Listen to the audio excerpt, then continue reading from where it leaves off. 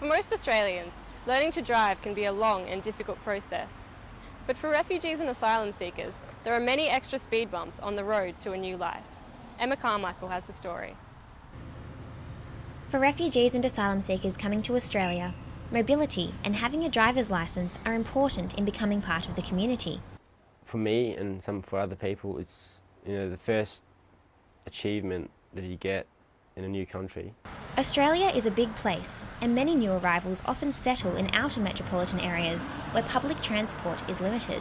I mean, mobility is important to us all, but it's especially significant to newly arrived migrants or refugees, as not having access to appropriate transportation or a motor vehicle means that they can't access school, work, can't really connect with their friends and families. Some people are arriving from countries where the road rules are non-existent or very different to those in Australia.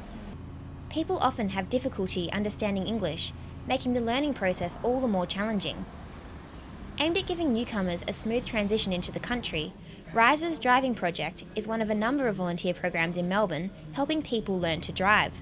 We had circumstances where, for example, in countries like Egypt or India, it's common to use your horn even when you're changing lanes.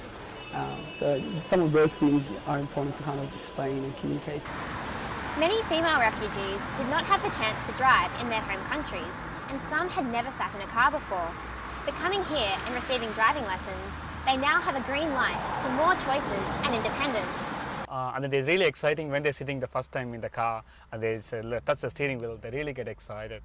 Yeah, first time they touch the steering wheel and first time they feel the brake and the accelerator, they're just really excited. Whenever we used to see cars, we used to chase after it.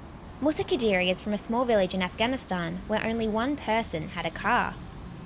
My experience, the first time I sat in a car, was an old Jeep, and it was a wedding and I sat at the back and cried the whole time because I thought it was going to fall over. Living in Australia, Musa has been given the opportunity to gain his provisional licence. He now has a car of his own. Emma Carmichael, RMIT Melbourne, Australia.